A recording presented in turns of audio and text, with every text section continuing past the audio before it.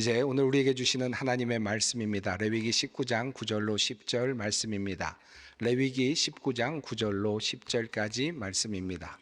이 계시의 말씀을 봉독할 때 다 함께 살아계신 하나님의 음성을 들으실 수 있기를 바랍니다. 너희가 너희의 땅에서 곡식을 거둘 때에 너는 밭 모퉁이까지 다 거두지 말고 내 떨어진 이삭도 줍지 말며 내 포도원의 열매를 다 따지 말며 내 포도원에 떨어진 열매도 줍지 말고 가난한 사람과 거류민을 위하여 버려두라. 나는 너희의 하나님 여호와이니라. 아멘. 서로 다른 신을 믿고 있는 신앙인 종교인들이 함께 모여서 자기가 믿는 신에게 어떻게 헌금을 드리는지에 대한 이야기를 나누었습니다. 어떻게 자신의 것과 신의 것을 나누는가에 대한 이야기였습니다. 한 사람이 이야기를 합니다. 나는 나의 신에게 헌물을 드릴 때 이렇게 한다네.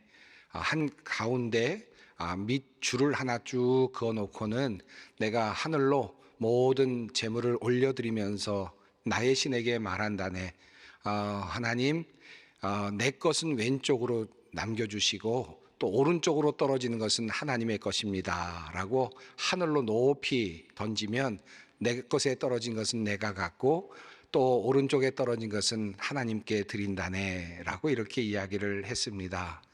그러자 옆에 있던 조금 인색한 또 다른 한 신앙인이 이렇게 이야기를 했습니다.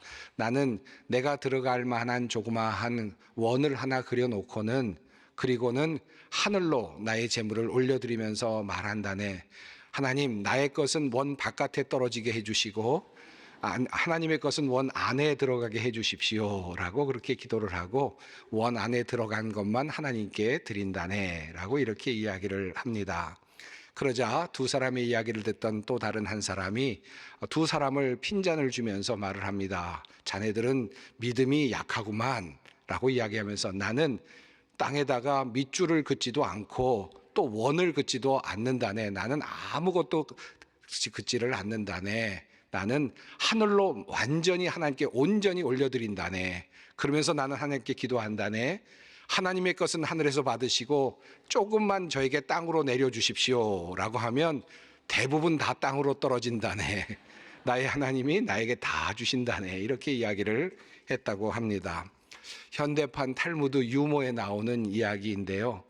하나님의 것과 우리의 것을 어떻게 구별할 것인가에 대한 우스꽝스러운 이야기입니다. 종종 저는 이 헌금과 관련된 이야기를 할 때마다 이 예화가 자주 떠오르곤 합니다. 우리가 추수한 것들 중에 얼마만큼이 하나님의 것일까요? 얼마만큼이 나의 것이 될까요? 헌금과 관련하여서 하나님께서 우리에게 알려주신 원칙이 딱 한 가지 있습니다. 그것은 바로 10의 1조를 드리라 라고 하는 것인데 그것이 어떤 것인지 정확하게 아주 자세하게 규명이 되지는 않습니다. 그저 하나님께서 너의 소산의 10의 1을 드려라 라는 그런 말씀만이 있습니다. 저의 선친의 경우에는 매달 작은 사례비에서 항상 10의 1조를 11조를 만들어 드리곤 하셨습니다. 물론 목회자이셨으니까 당연히 하실 일이었겠죠. 그런데 사실은 그보다 조금 더 놀라웠던 일은 추수감사주일이 되면 1년 동안의 사례비 전체, 그러니까 요즘으로 말하면 연봉에 해당하는 사례비 중에서 11조를 또 따로 바치곤 하셨습니다. 그래서 추수감사주일 때가 되면 저희 가족은 조금 긴장이 되곤 했습니다. 계산해 보면 결국 10의 2조를 하나님께 늘 드리곤 하셨습니다. 거기서 끝난 것은 물론 아니었죠. 따로 모인 부수적인 수입들을 잘 모으셨다가 전에 언젠가도 말씀드렸습니다마는 크리스마스가 되면 동네 아버지가 없는 아이들에게 신발을 사서 나누어 주곤 하셨습니다. 저희 가정에 4 자녀들이 있었고 결코 넉넉한 가정이 아니었습니다. 저는 그런 신앙의 가정에서 태어났고 또 자라났습니다. 그리고 수십 년이 지났습니다. 그리고 나서 가만히 살펴보니까 그렇게 무식하게 헌신하시고 헌금하신 부모님 밑에서 우리가 자라났는데 한 번도 굶은 적은 없었구나 라는 생각이 들고 대단한 삶은 아니지만 그러나 부족함 없이 살았구나 하는 그런 생각이 듭니다. 사실 오늘 저는 추수감사절 헌금을 어느 정도 할 것인가에 대한 이야기를 하려고 하는 것은 아닙니다. 하지만 저는 과거 아름답고 어찌 보면 무모해 보이기도 했던 우리 신앙의 선조들의 발걸음을 한 번쯤 다시 이쯤에서 돌아보고 싶다라고 하는 그런 마음이 들었습니다. 그리고 우리보다도 더 없던 시절에, 그리고 우리가 누리는 것보다 더 못 누렸던 그 시절에 자신의 것을 아낌없이 바치면서 하나님께 감사를 드렸던 선조들의 그 신앙, 그 마음을 본받고 싶다라고 하는 그런 생각이 듭니다.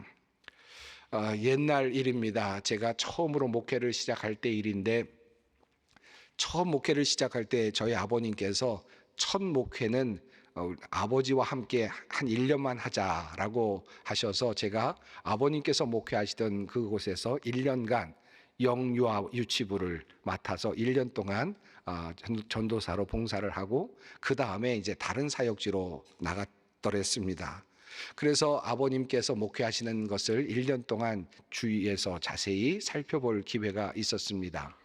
과거에는 매달 말이 되면 이제 교육자들에게 사례를 주곤 했는데 매주 마지막 주일 예배가 다 끝나게 되면 저녁 예배까지 다 끝난 다음에 교육자들이 함께 모여서 또 기도도 하고 말씀도 나누고 또 사례비도 받는 그런 일들이 있었습니다. 그때 사례비를 나누어 주셨던 모습, 아버님의 모습이 늘 제 마음에 남아 있습니다. 늘 아버님께서는 이렇게 말씀을 하곤 하셨습니다. 사례비가 작아서 미안합니다. 살다 보니 사례비가 많다고 넉넉한 것도 아니고 사례비가 적다고 부족한 것도 아닙니다. 성도들의 감사한 마음이 담겨 있으니 여러분도 감사한 마음으로 받아주세요 라고 말씀하시고 기도를 하곤 하셨습니다. 그 말씀과 그 모습이 지금도 저에게 저의 머릿속에 늘 아주 또렷하게 남아 있습니다. 오늘 추수감사주의를 맞으면서 옛날 그 어른들의 생각이 났습니다. 정말 뜨겁게 사랑했던, 교회를 사랑하셨던 그분들의 헌신이 오늘은 특별히 그렇게 그리워지기도 합니다. 첫 번째 추수감사절을 한번 떠올려 봅니다. 1620년 영국의 청교도들이 종교의 자유를 찾아서 메이플라워를 타고 몸을 싣고 그리고 바다를 항해해 나왔습니다. 102명이 탔었는데 그 사이에 한 명이 태어나서 103명이 되었다가 또 그 사이에 한 명이 세상을 떠나서 다시 102명이 되었던, 그리고 그들은 플리머스라고 하는 한 해안에 정박을 하게 됩니다. 그런데 그 정박하고 나서 6개월도 지나지 않아서 그 겨울에 절반 이상의 사람들이 모두 전염병으로 사망하는 아주 큰 불행을 겪게 됩니다. 그럼에도 불구하고 이듬해 봄에 그들은 힘내서 일어났고, 그리고 원주민들이 나눠주는 씨앗을 가지고 옥수수와 호박, 콩들을 재배하기 시작했고, 그리고 그해 가을에 그들은 첫 번째 추수감사절을 지내게 되었습니다. 저는 이런 생각을 해봅니다. 어떻게 그들에게 그런 감사가 가능했을까? 적어도 한 가정에 한 명 정도씩은 다 가족 일원을 잃었을 법한 상황이었는데 어떻게 그들에게 그 정도의 감사가 가능했을까? 이런 척박한 상황 속에서 그들은 어떻게 감사할 수 있었을까? 당시 미국을 이끌었던 많은 이들은 이미 그 당시에 제임스타운이라든지 여러 도시에 신대륙에 정착했던 수많은 사람들이 있었음을 알고 있었습니다. 무역을 하던 사람들, 노예 상인들, 또한 여러 부류의 사람들이 이미 미국이라고 하는 신대륙에 도착해 있었음을 알고 있었음에도 메이플라워를 타고 플리머스 지역에 정착한 이들의 정신을 미국의 정신으로 그렇게 받아들입니다. 그리고 그 신앙 안에서 그들은 위대한 미국을 만들어가기 시작했습니다. 미국은 감사로부터 시작된 나라입니다. 역경 속에서도 감사를 놓치지 않았던 신앙의 선조들이 하나님께로부터 받은 축복이 바로 미국이라는 생각을 하곤 합니다. 저는 우리나라의 경우도 이와 비슷하다, 이와 같다라는 생각을 자주 합니다. 오늘날의 대한민국은 정말 우리가 상상할 수 없는 그런 위치에 있습니다. 수천 년 동안 이 땅이 누려보지 못했던 부요함과 위대함을 경험하고 있습니다. 이 놀라운 축복이 저는 우리 선조들의 신앙과 기도 그리고 감사에서 왔다고 굳게 믿습니다. 그리고 우리도 바로 이 감사를 꼭 회복할 수 있었으면 좋겠다라는 마음을 가지고 있고, 그리고 또 우리가 이 감사와 또 이 신앙을 우리의 아래 세대로 흘려내려 보내주었으면 좋겠다라고 하는 그런 간절한 마음을 가지고 있습니다. 오늘 본문 말씀으로 돌아갑니다. 오늘 본문은 하나님께서 우리 이스라엘 백성들이 추수할 때 어떻게 해야 하는지에 대한 규례를 말씀하시는 내용입니다. 이렇게 명령을 하셨습니다. 너희가 너희 땅에서 곡식을 거둘 때에 너는 밭 모퉁이까지 다 거두지 말고 내 떨어진 이삭도 줍지 말며 내 포도원의 열매를 다 따지 말며 내 포도원에 떨어진 열매도 줍지 말고 가난한 사람과 거류민을 위하여 버려두라. 나는 너희의 하나님 여호와이니라. 이 말씀은 추수감사의 제사를 드리기 전에 밭에서 곡식들을 추수할 때 어떤 원칙에 따라서 추수를 해야 하는가를 말씀하시는 주님의 명령입니다. 사실 추수감사에서 추수를 하여 얼마나 큰 제물을 드리는가, 얼마나 많은 양의 곡식을 주님께 드리는가 하는 것도 중요하겠지만 어떻게 곡식을 얻는가 하는 문제도 매우 중요합니다. 다시 말하면 어떻게 추수를 하는가 하는 것이 매우 중요하다는 말씀입니다. 어찌 보면 이 말은 우리의 재산의 축적 과정이 중요하다라는 말과도 일맥상통할 수 있을 것입니다. 하나님께서는 우리가 추수를 할 때 그 과정 안에 공의와 그리고 사랑이 담겨 있어야 한다라고 말씀하십니다. 다시 말해서 우리가 10의 1조를 바치느냐 10의 2조를 바치느냐 그것이 중요한 것이 아니라 우리가 그 소득을 어떻게 얻었는가, 이것이 매우 중요하다라는 말씀입니다. 하나님께서는 이스라엘 백성들에게 명령하시기를 땅에서 곡식을 거둘 때에 밭 모퉁이까지 다 거두지 말라라고 명령하셨습니다. 끝부분에 곡식들을 남겨두라라고 말씀을 하셨습니다. 또 거두다가 떨어진 이삭이 있다면 그 이삭은 다시 주어서는 안 된다라고 말씀하십니다. 포도원의 열매도 다 따지 말라라고 그렇게 명령하십니다.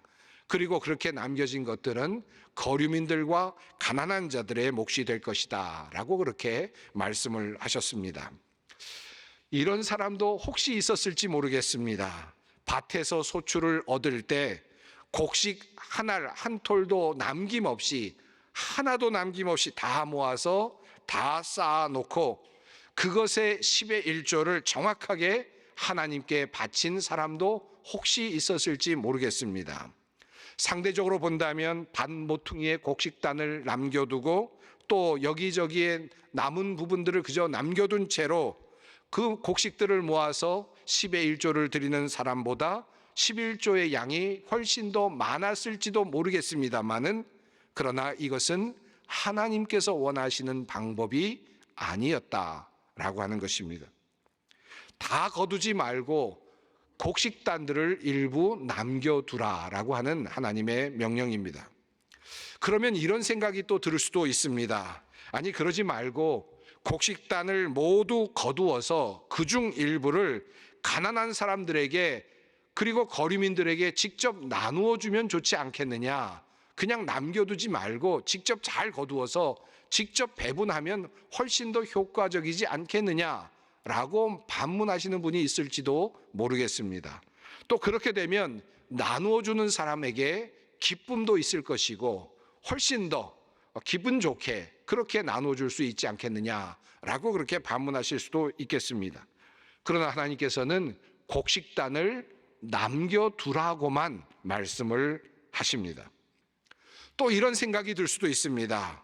가난이 무슨 벼슬이냐, 가난한 사람들이 다 좋은 사람도 아닌데 게으른 가난한 사람도 있고, 그리고 악한 그런 못난 그런 가난한 사람들도 있는데, 이 가난한 사람들을 좀 구별할 필요가 있지 않겠느냐? 왜 하나님은 그런 가치 없는 가난한 사람들에게까지도 남겨진 곡식단을 가져갈 수 있도록 허용하신다는 말이냐? 차라리 우리가 남김없이 완전히 다 수거를 해서 꼭 필요하고 적절한 가난한 사람들에게 나눠주는 것이 훨씬 더 좋지 않겠느냐라고 말씀하시는 분들도 있을 수 있습니다. 이것이 훨씬 더 가난한 사람들에게 효과적으로 도울 수 있는 방법이 될 수도 있겠죠. 사실 이 말씀을 보면 가난한 사람들을 위해서 곡식단의 일부 모퉁이를 남겨두라는 말씀인 것처럼 보입니다. 그런데 이 말씀의 뜻은 2차적인 의미가 있습니다. 사실 그보다 더 중요한 의미가 있다는 말씀입니다. 하나님은 무조건 가난한 사람들의 편만은 아닙니다. 오늘 본문 말씀이 9절, 10절에 이어졌는데 바로 밑에 15절에 이런 말씀의 내용이 있습니다.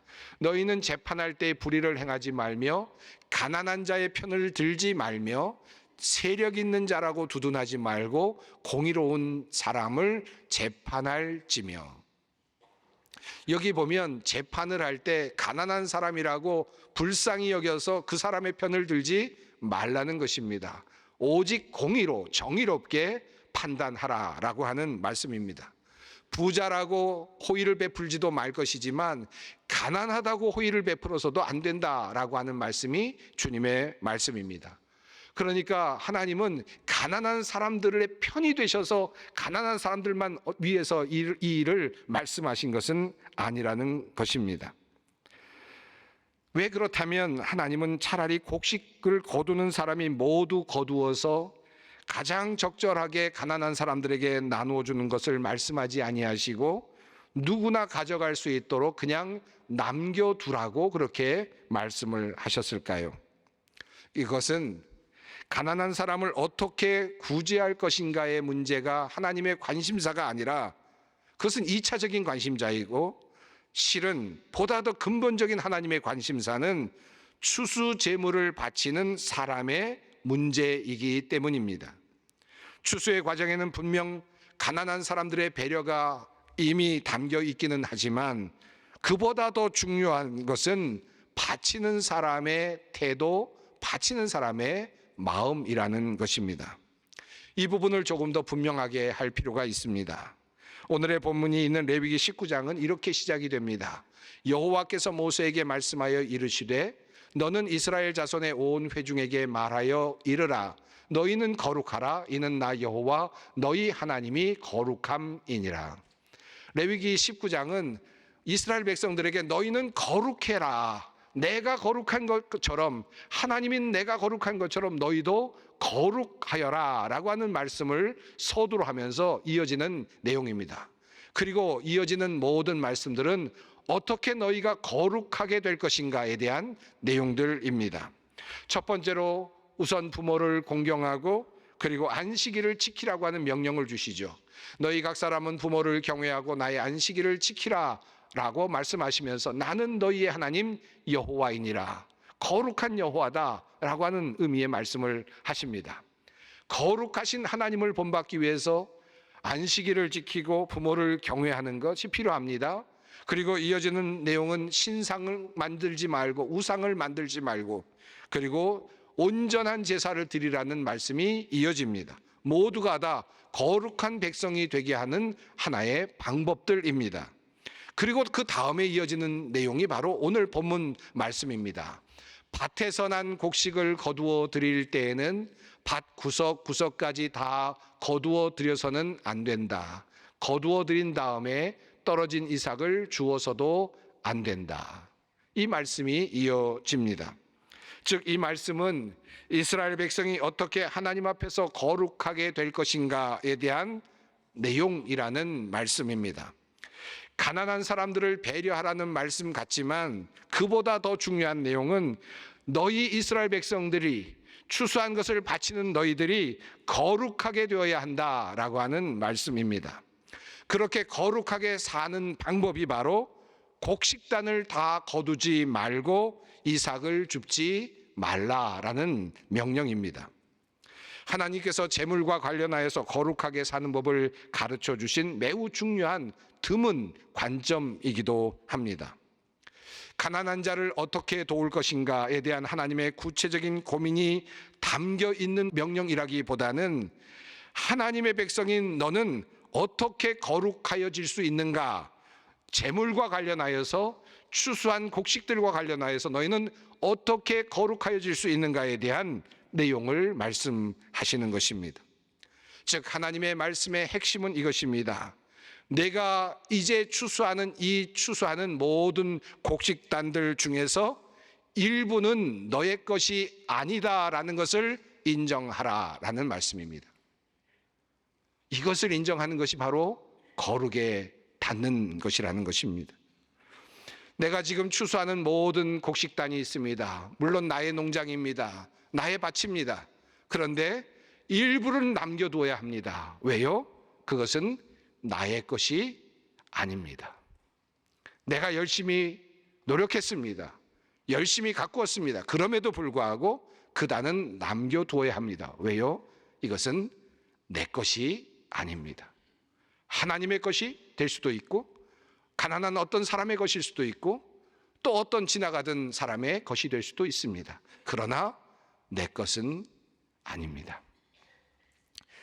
바로 이 사실을 기억하는 것, 그리고 이 사실을 드러내는 것, 이 사실을 행동으로 보이면서 실천하는 것이 바로 경건이고 거룩이다 라는 말씀입니다. 그래서 주님은 말씀하십니다. 너희는 거룩하라. 이는 나 여호와 너희 하나님이 거룩함이니라. 내 포도원의 열매를 다 따지 말며 내 포도원에 떨어진 열매도 줍지 말고 가난한 사람과 거류민을 위하여 버려두라. 나는 너희의 하나님 여호와이니라. 거룩한 하나님의 명령입니다. 그 거룩한 하나님은 내가 마땅히 다 너의 것이라고 여기면서 딸 수 있고 추수할 수 있는 그곳에서 한 공간 한 자리를 비워두라 라고 명령하십니다. 그리고 그곳에서 손을 떼라 라고 말씀하십니다. 그것이 어떻게 사용되든지, 어떤 곳에 어떤 가난한 사람들이 누가 가져가든지 그것은 이제 너의 것이 아니다. 이것이 바로 경건이며 이것이 바로 하나님과의 관계에서 우리가 누리는 거룩함이다 라는 말씀입니다. 오늘 추수감사주의를 보내면서 우리가 하나님 앞에서 거룩하여지기를 원합니다.